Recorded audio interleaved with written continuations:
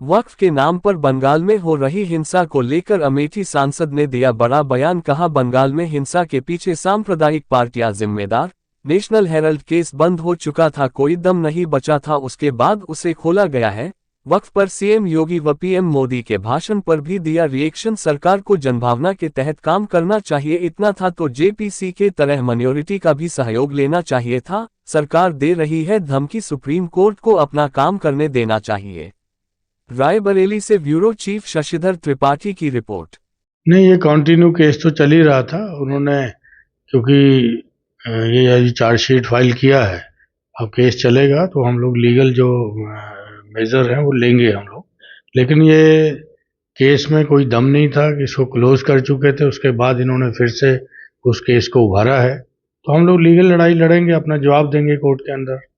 Sir, वक्फ आने के बाद से सीएम योगी और मोदी दोनों लोगों का अलग अलग भाषण सामने आ रहा है। योगी जी का कहना है कि लातों की भूत बातों से नहीं मानते, तो वहीं उसके बाद पीएम मोदी का भाषण सामने आया कि वक्फ के बाद से अब मुसलमानों को साइकिल का पंचर बनाकर जीवन नहीं व्यतीत करना पड़ेगा। देखिए, मैं कहता हूँ कोई भी बिल लाओ पास, क्योंकि मेजोरिटी है, आपने पास करा लिया, लेकिन जन भावना के अनुरूप ही मतलब काम होना चाहिए।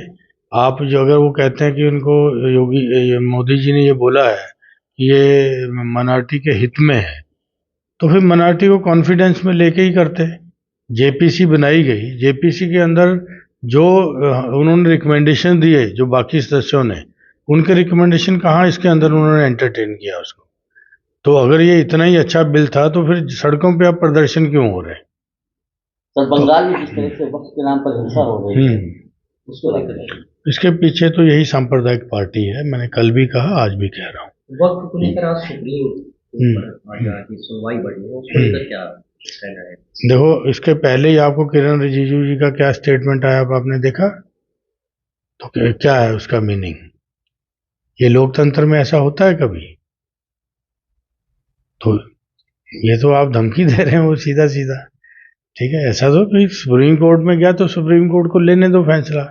सुप्रीम कोर्ट भी जो जानती है कि पार्लियामेंट की क्या शक्तियां हैं, सुप्रीम कोर्ट की क्या शक्तियां हैं, सुप्रीम कोर्ट भी तो जानती है, वो अपना निर्णय लेगी। तो उसको पहले से आप क्यों कहते हो कि भाई ऐसा करेंगे? तो ये चीज़ें ठीक नहीं, लोकतंत्र के लिए ऐसी चीज़ें ठीक नहीं होती हैं।